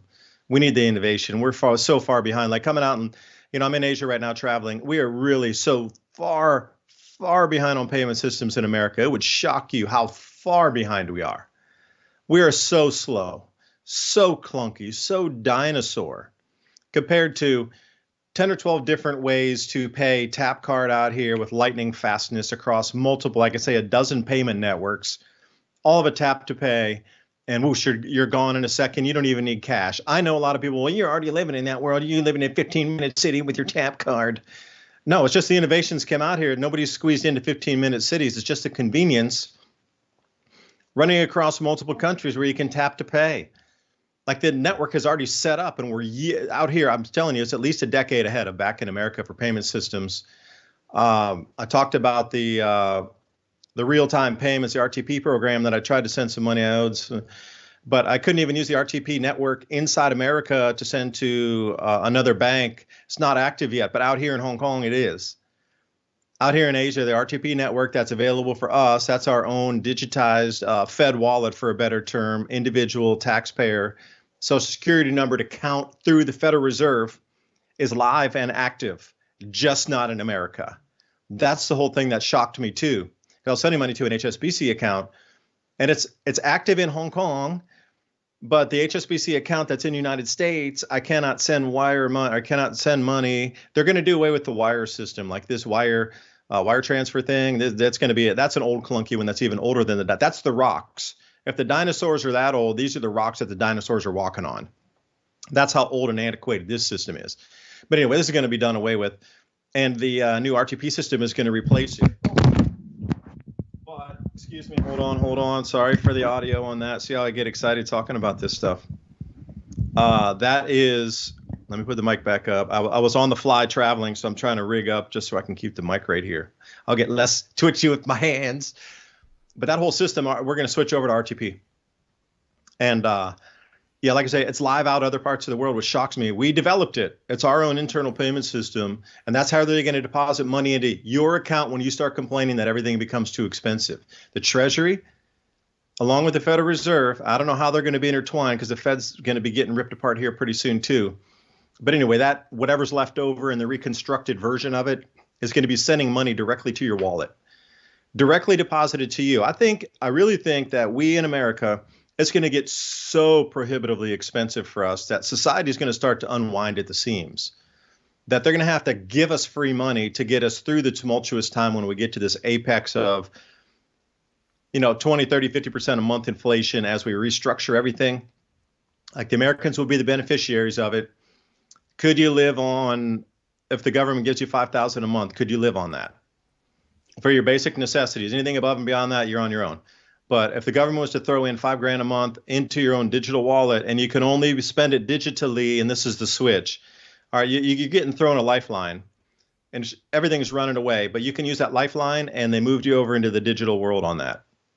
Because like I was saying, all of the new heads that are coming in for the crypto and the CFTC and all these, different agencies, what is the first legislation they're passing? It's not about Bitcoin. It's not about XRP. It's about stable coins. The legislation for stable coins is coming first. This is why it's coming first, because Dow Gold, what's that? Let's see the ticker, GLDT, and Paxos and Pax Gold. These are digitized forms of $1 convertible gold, like Tether coming off of $1, USDC coming out with $1. You got one Tether, it's equal $1. Well, this is taking gold and turning it into a dollar denomination. This is why they're working so heavy on the legislation first. Stable coins come first because that will be the bedrock of every other payment system. And then you should be able to fractionalize that out too. I don't know how many decimal places any of these other gold equivalents go out to, but let's say you go out eight decimal places deep. That's 4 times more than we have right now. We go 2 because 1 cent, 10 cents, that's 2 decimal places. $1 and 10 cents. You got the $1 and then you got the 2 decimal places. Well, these fractionalized gold and fractionalized, right now the USDT and the USDC are not fractional. They're just 1 equals 1. The new legislation coming in is to allow them to then fractionalize $1 to 8 decimal places deep. 8. Now, some of these were the projects which I'd seen, they were trying to do 16 decimal places deep, which means that the 1 millionth of a cent or something like this is where they were going to try to make their arbitrage. And it would just to be a money spinning machine. But they've already caught on to that. So I think the limits currently are going to be 8 decimal places deep, because on those last 16 decimal places, that's where a lot of these nefarious banks were going to try to trade and get their money and take their little overage on that. You might laugh at like one 1,000th of a cent or 1/10,000th or 1/100th of a thousandth of a cent. But on every single transaction of quadrillions of dollars, that adds up pretty quick. And this is how the banks were going to try to take away part of your money, even out of what is considered a locked in 1 equals $1 on the Treasury. They were going to scrape you for 100,000th of a cent or 1/10,000th of a cent. Because every transaction, you wouldn't even miss that. You'd look at the decimal places going all the way down, down, down, down. But as far as I know right now, we're locked in at 8 decimal places deep, which is 4 times more than we currently have with the US dollar with 10 cents or 5 cents or 1 cent. These stable coins are here to stay. It is the new playing field. Now, once the stable coins get all settled in the legislation and everything has defined rules and laws, operations behind it, then you're going to watch the rest of cryptocurrency run, because they will know what the stable base value, there'll actually be a foundation for it at that point. But still, this legislation isn't anywhere in stone yet. That's why the crypto market's going up and down. It's all over the place. It's not really it's ready to run on the regular bull cycle, but it's just kind of waiting to see what happens with the stablecoin legislation, because that will determine the RLUSD, which is Ripple Labs' $1 equivalent. So we got Pax, you got GLD for $1 equivalent on gold. You got USDC, you got Tether, and I'm sure there's other ones out there, FTX, but they collapsed. So they're trying to prevent this from happening with mass adoption through the entire treasury system.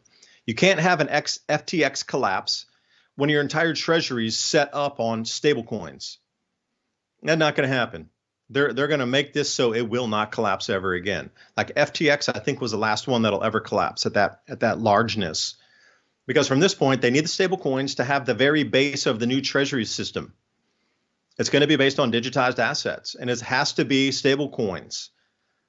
But you can't have some bad player knock the complete bottom out of our treasury system and collapse it. Can you imagine if they'd done that same thing that they did with FTX and on the entire treasury system? Like that would instantly collapse the entire United States financial system and reverberate around the world completely and collapse everything in real time. So to prevent that, again, this is the first bedrock. And then we got Ripple with XRP that's coming in.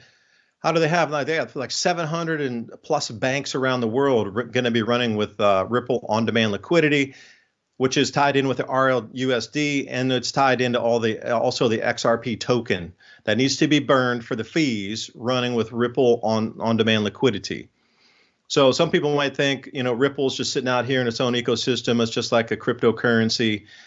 You need to burn some of that when you run transactions. So let's say 700 banks, some of them central banks, a lot of them big banks like JP Morgan and all these things. They need to hold XRP to be able to run funds because they need to burn the XRP when they run transactions. That actually gets burnt out of the treasury, never to be seen again. All right. So these huge institutions need to hold on to some of this. So after the stable coins or whatever the legislation finally, I think they're fast tracking it right now. I think we're coming to some conclusion of this no later than June. No later than June. And you are going to watch once this gets finalized and crystallizes. And once we see this, you are going to watch so much wealth be created out of thin air. It is like pulling an asteroid of solid gold down onto the planet. It was never here before. And Hal, thank you for the example. The guy I knew down was working on a project with, he tried to explain it like this to me because I just couldn't get it. Like, where's all the money coming from? This is many years ago. And he's like, David, it's like a solid gold asteroid was up there. And then we went and grabbed it and pulled it down onto the earth. And all this new wealth just came out that was never here before. That's exactly what the cryptosphere is going to do once it gets its first legislation on stablecoins. It is going to run so high, so fast. It is the backbone of the new financial system. There's winners in it. There's losers in it. Hashgraph, absolutely a winner. IoT, Internet of Things. Take a look at the ISO 22022 list. There's like 7 or 8 of them on the list there. XRP is one of them. Those are the new coins that will be used by banks and the actual backbone of the system from Quant, which is let's call it the mainframe. And then you got Hashgraph where everything is going to run. It's 1,000 times less electricity and 10,000 times more efficient at transactions than blockchain. So we're moving away from blockchain. Blockchain is just this interim step to get us to Hashgraph. So once you see all this in motion here, you're going to start to see that quadrillions of dollars are going to be poof into existence in this system. And I was going somewhere with it, but I just started with the gold there, the GLDT with the fractional $1 gold, and they're going to fractionalize that again. So any purchase you want to make, even one stick of gum, there's something for you on a digitized format where you'll be able to buy a stick of gum and you won't even have to break $1. It'll be an even pull out of your wallet. And how long will your wallet last? Maybe you lose track of it and you forget. And what happens, like that movie Time Bank or whatever, where they ran out of time on their wrists. What happens if you look and go, Joe, there's no money left? Then what? Then you're going to have to take yourself to a disposal center once your money runs out. I don't know. This is the world we're moving into. Scary, scary, Ransom.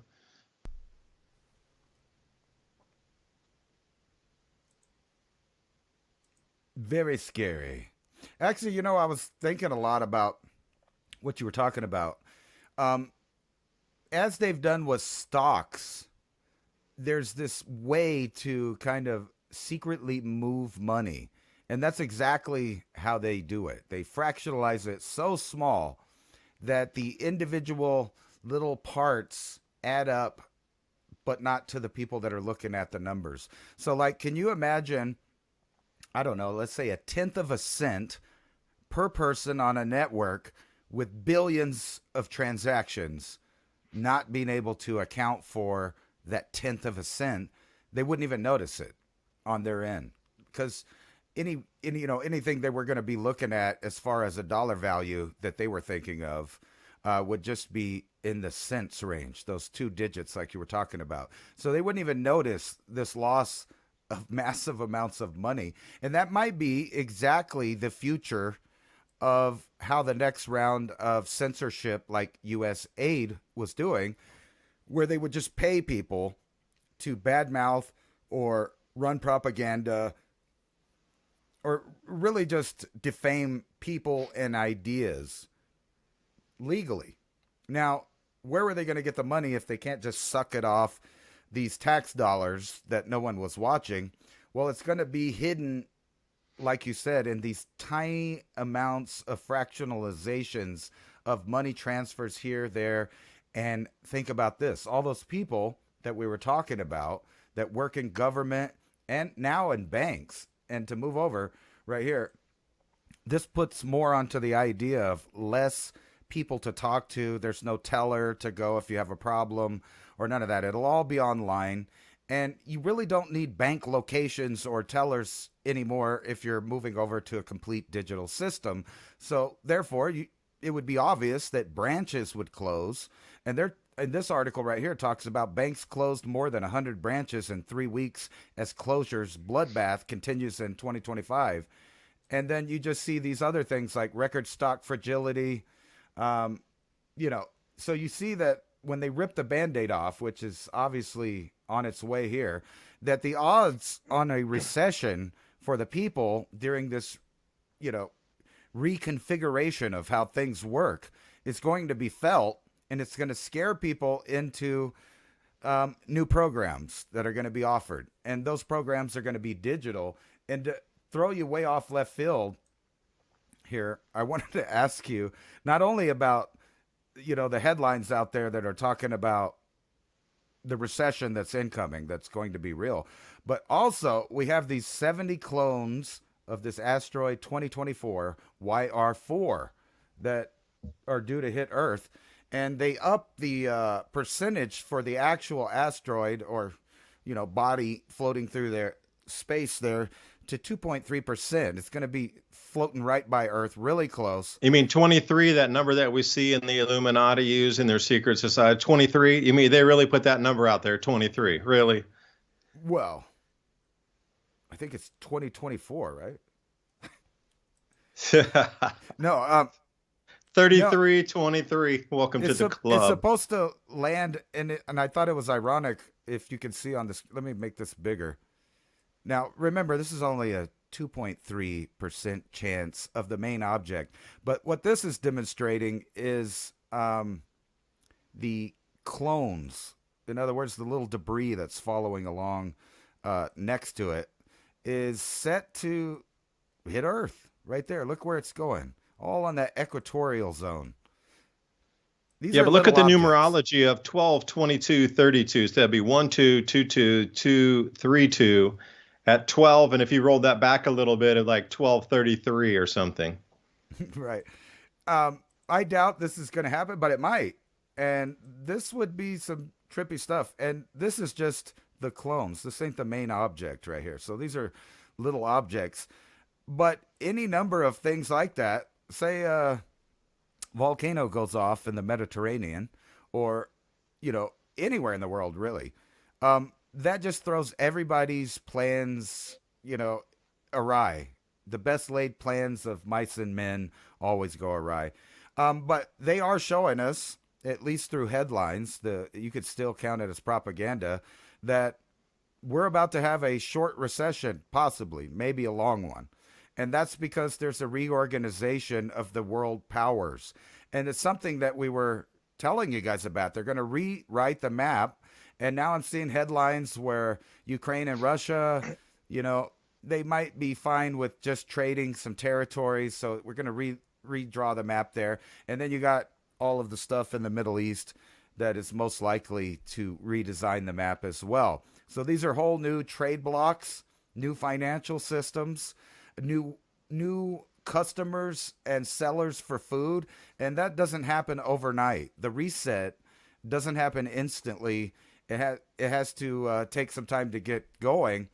I'm, hopeful in my mind, though, that, at least as far as Americans, may benefit in the short term after the short recession. Um, but that won't happen if you don't plan ahead and cut corners and don't, you know, immerse yourself totally in the new systems. You have to retain the old systems as the redundant backup, as we always talk about: backup, backup, backup. And you can play with the cryptocurrencies and all of that stuff, but nothing's more valuable than a full belly, clean water, and a warm place to sit in the long run. So And a double espresso. Ransom. Shoddy right. human buying us a double espresso. Thank you.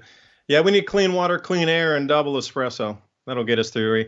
Andy Grew, excuse me for the pronunciation faux pas here. Was that Grunke?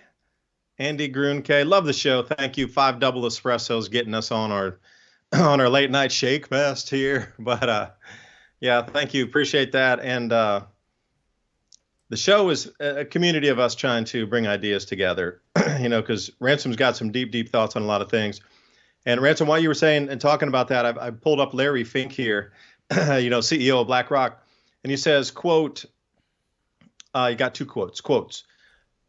The role of cryptocurrency is to digitize gold.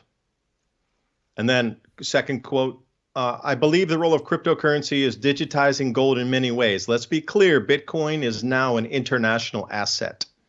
I remember him 2 years ago saying, oh, we can't have this crypto stuff going around. It's going to hurt the economy. So he's talking about digitizing gold tier 2. But the thing is, you got to have the gold first before you can digitize. So then we get back into this thing. And Ransom, we got just a couple minutes left. Those slides I sent you earlier, the 2 black slides that showed the things that we could monetize here in America. If you could throw those, yeah. So that's a direct quote here. I'll read it for you again. Treasury Secretary Bessent tells Trump, within the next 12 months, we are going to monetize the asset side of the U.S. balance sheet for the American people, and we are going to put those assets to work. That's a longer quote from that article. Now, could you slide over to the next? There we go. So most people were thinking it's just gold and silver and maybe some Bureau of Land Management land, and then we could drill some oil wells and gas wells and monetize it that way. That's kind of a little short on the list. So somebody did put this list together here because, I'm super interested in bending around the corner. We are now at the slowly, and then suddenly all at once. We're at that all at that once suddenly period right now. So how can you come out of this and create dynastic wealth to be able to help your neighbors? Like for me, I live in a farming community, and if some of them were to go to bankrupt, they're not happening in my watch. I will throw down a piece of gold to keep their farm and keep them on the land. No banks are coming in to steal the land around, because if we're prepared enough, then we can battle back against that, because they want to get land. The future is no land holdings for individuals. But if you can take an enormous amount of people out in this first swoop here of revaluing and digitization, most people aren't aware of almost 95% of what we're talking about today. They have no idea. So when it hits them like a blind side up here, and banks want to come in and want to confiscate the land, I'm those 200 acres, my friend. Here's your quarter ounce of gold. That's the prices we're going to be going up to in some of these places. Your 200 acres stay under your possession, but it's mine. But you stay here with your family. I just want to keep you on the land. Like imagine that kind of community spirit where you can use some of your silver rounds or some of your gold or some of your crypto to keep people in their places, and then make your community a better, more. You're going to get tight when this kind of thing happens. So how do we see around the future? So here's your future. If you're looking for a crystal ball, it's actually on black and white. Right here it is. These are the things that are going to be digitized. The cash and equivalent, that includes all cash, currency, and coins, but the pennies are gone. And, I was talking to Ryan earlier, Ransom, and he was saying the same thing, like through history, when they're going to revalue the currency or when you're going into a hyperinflationary event, they get rid of the smallest denomination because it will be worth absolutely nothing of nothing. So Trump just did away with the pennies. That is 101, get ready for hyperinflation, reset kind of maneuver through history in the last 800 years. I'll say the last 100, since we can go more into without using gold and silver coinage. The last 100 years, you look through the history book. If there's a fingerprint of one of hyperinflationary events underway, or beginning, it's they removed the smallest denominations out of the money system and of the country. We just removed pennies. That's where we sit today. So Ransom, let's take a look at number 2 here. So the cash and equivalents, all deposits to the Federal Reserve banks, that's all of our bank deposits in America, all of them. So we're covered by the FDIC program for $250,000, which, by the way, only covers less than 3% of all deposits in America. That federal deposit in Federal Reserve banks. Like the money that's in the Fed to cover, the FDIC and all these bank deposits are, I think, like 17 trillion total. That's going to be monetized. And then we got the gold stocks. So the last time they did that was $42 an ounce, but that was in like the 1960s. That is going to be instantly revalued to either 3,000, and I and many others really believe it's going to go to like 5,000 to pull the extra gold in and get you to loosen it up out of your. They're not going to confiscate it this time. It'd be difficult to do that. Most people only have like a few ounces in rounds. You're going to bury those somewhere, and they're never coming to get your gold. They're not going to go house to house to get your gold. They can make it illegal, but you could just take it out of the country and sell it in another country. Nobody's going to do that. But to make it $5,000, $8,000, $10,000 an ounce, way above global prices, and just set it there, as American gold is now $10,000 an ounce. Sell to us, and then you all living in America can sell to us, and you get your new digits.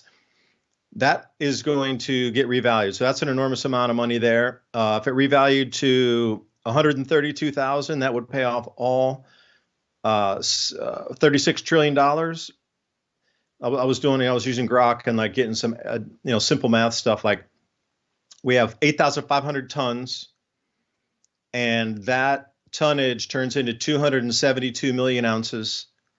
And at $132,000 per ounce for gold, that pays off our $36 trillion debt. And gold and, silver would be, depending on the ratios, you're probably to like a 20-to-1 ratio on that.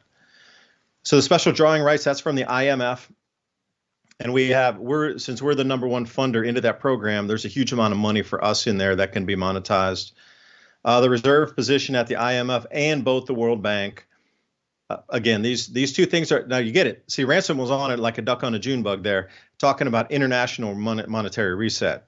It's not just about America. This is a global reset. And right there, the two global leaders right there, SDRs, International Monetary Fund, global, the World Bank, and then somewhere in there, I'm sure the Bank for International Settlements sits in there somewhere, untalked about. That's still a dirty little hidden one. Loans, any loan that's out there in the books in America, anywhere. If you got a loan on your house, you got a loan on your car, you got a loan on your boat, you got a loan on your medical bills, you got a loan on your student loan, don't care. All those loans are going to get packaged, rebundled, and remonetized into a different value.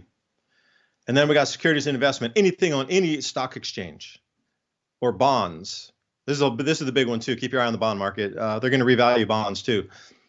All of these things in combination will create hundreds of trillions of dollars of new wealth, provided that new monetary figures are assigned to those same debts.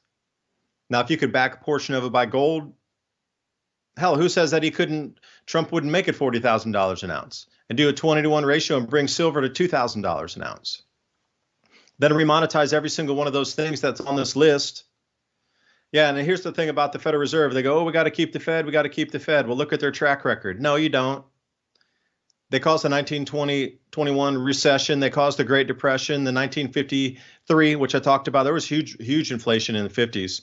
57, 69, 73, 81, Black Monday, 1987. They caused a tech burst in 2000, great financial crisis. And we need to keep them for what? To steal 2% of our money every year? I don't think so. Don't think so. That's all the damage they've done in the last 100 years. And we're supposed to keep them like they're some sacred cow institution. You're stealing 2% of our money per year with your 2% inflation target rate. And you did so much damage there.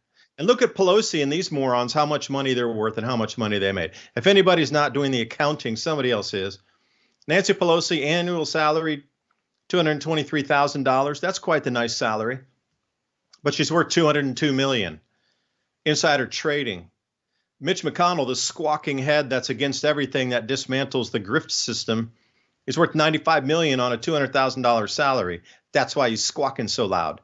And Chucky Cheese here, Schumer, we're $75 million on a $210,000 salary. I know he's a lifer, but all the grift that these guys are getting, and Elizabeth, Pocahontas Warren here, $285,000 salary, but we're $67 million.